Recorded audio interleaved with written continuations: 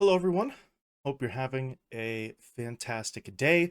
My name is Kmart, and I want to talk about some basketball. And today, we are going to be talking about the Milwaukee Bucks and what's been kind of going on with them regarding the team's new coach, their recent play, and the weird sort of media uh, fan and media sort of narrative that sprung up for the Bucks in recent times. So we'll get right into it. If you didn't know, the Milwaukee Bucks recently had a coaching change. They brought in Doc Rivers, who is a fairly polarizing sort of figure among, well, the majority of fans. So they bring in Doc Rivers mid-season. A lot of people are sort of wary or unhappy, what have you. And then Rivers' tenure as Bucks coach does not get off to the greatest of starts. He goes 3-7 in his first 10 games as coach of the Bucks, and obviously takes that 3-7 record into the All-Star break.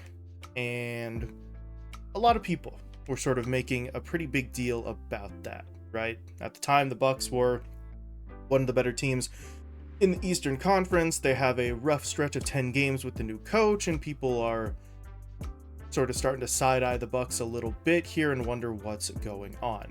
Now, there was some reason to be concerned through those first 10 games going into that All-Star break. Across that 10-game span, the Bucks were scoring 13.4 fewer points than they had in all of their regular season games up to that point. And they went from an average point differential of plus 4.3 to -2 flat. So obviously the team was not playing as well. Part of the reason why they go 3-7. They had slightly lower percentages in terms of their shooting, field goal, 3-point, even free throw shooting for that matter. Fewer shots in total by, frankly, relatively small margins, except at the free throw line. They were shooting something like 6 fewer free throws per game, and they were being out-rebounded in that 10-game span by an average of 4.3 rebounds per game. So not really what the Bucks had been hoping for. Maybe slightly paradoxically, the Bucks defense actually technically improved over that 10-game span. They allowed fewer points than they had been in the 40 games previously, but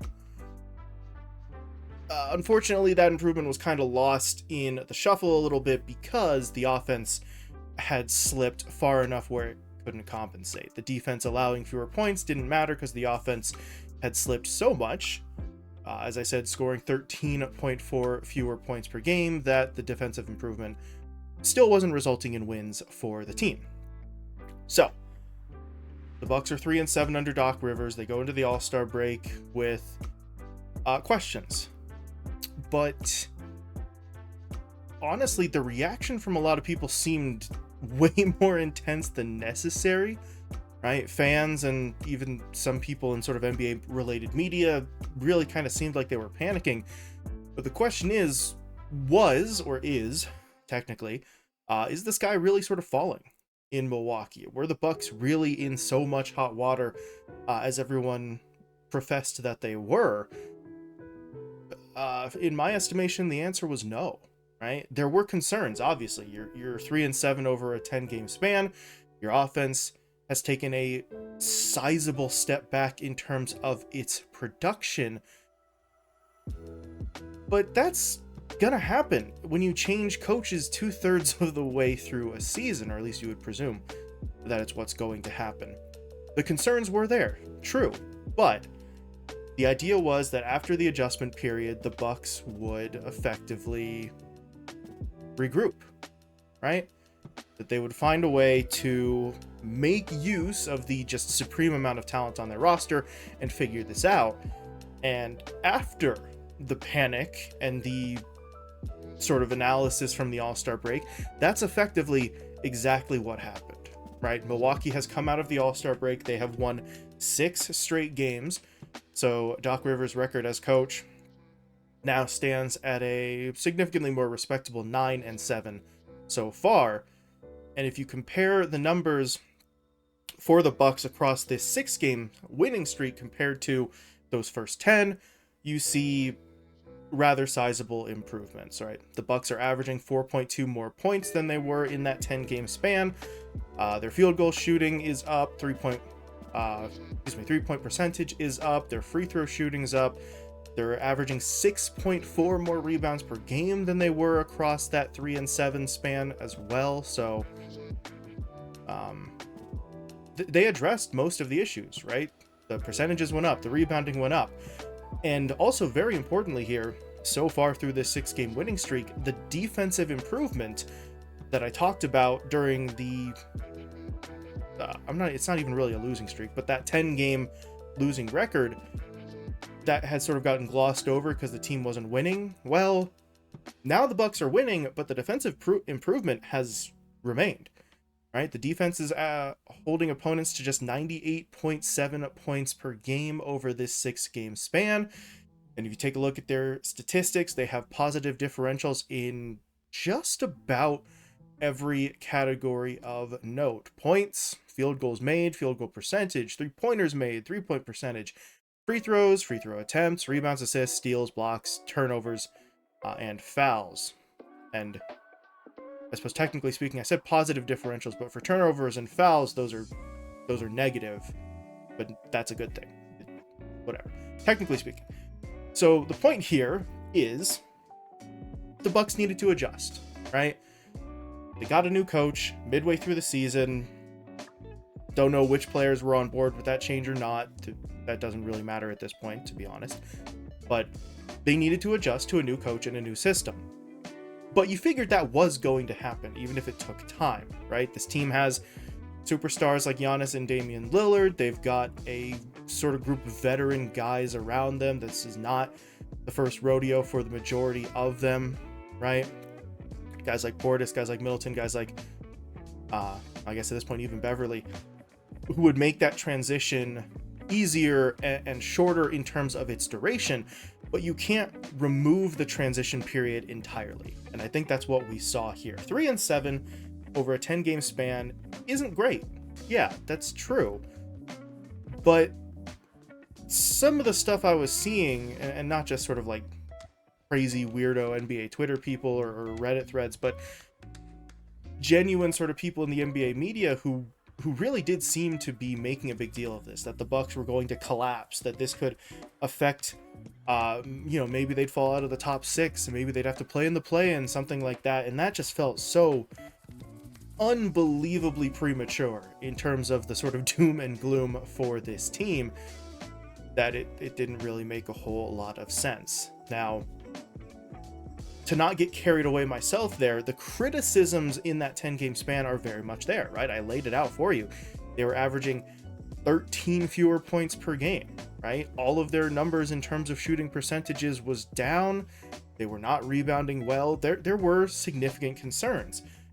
But the idea was that the mindset from a lot of people talking about the Bucks should have been, there are concerns, and if they don't get fixed, the Bucks could be in trouble.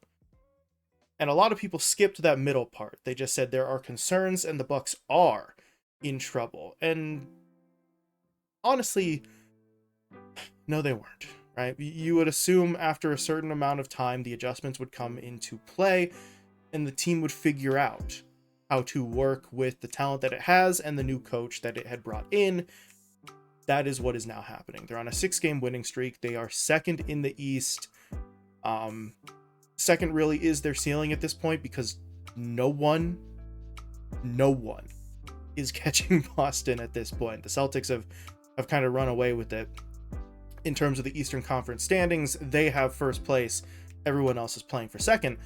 But the Bucks are right in there, right? Looking for that number 2 seed. So you got to give a little bit of a runway here for these teams, right? Nobody should expect a team to solve issues of the nature that the Bucks had getting a new coach overnight. That's just kind of unreasonable. So that was the point. The Bucks had concerns. They had issues adjusting to the new head coach. If they didn't fix them soon, they would be in trouble, but they did fix them, and now they've won 6 in a row. So that really was my point here. They've picked things up. They have not quite reached the point in terms of offensive production that they were in before Doc Rivers was brought in, right? They were averaging like 124 points per game or something before that. So the offensive numbers haven't quite gotten back to that high water mark. However, it has improved. It's better than they were during that 3-7 span. And between that improvement on offense and the significant improvements on defense, the Bucks are back to winning games. So, that's all I got. Just a little mini rant here, because I genuinely did not quite understand the volume of panicky sort of stories and thoughts coming out from people about the Bucks. So, you know, it feels slightly like vindication now that they're on a winning streak and things appear to have been, for the most part, sorted out in Milwaukee. But that's just my opinion. Please let me know what you think. Are the Bucks out of the woods? Is this 6-game winning streak proof positive that they have solved their issues, that moving forward they won't sort of fall back into a slump? Or do you think maybe there needs to be more time, right? Is this 6-game winning streak not a big enough sample size? Do we need to see more? Are you still concerned that maybe those improvements on the defensive end could end up being temporary, right? Could sort of lapse back into what the Bucks had on the defensive end earlier in the season? Because all of that is still a possibility. And if the offense or the defense does lapse significantly, we could be right back where we were a couple weeks ago. But either way, please feel free to let me know what you think. But other than that, thank you all so much for watching, and I will talk to you later.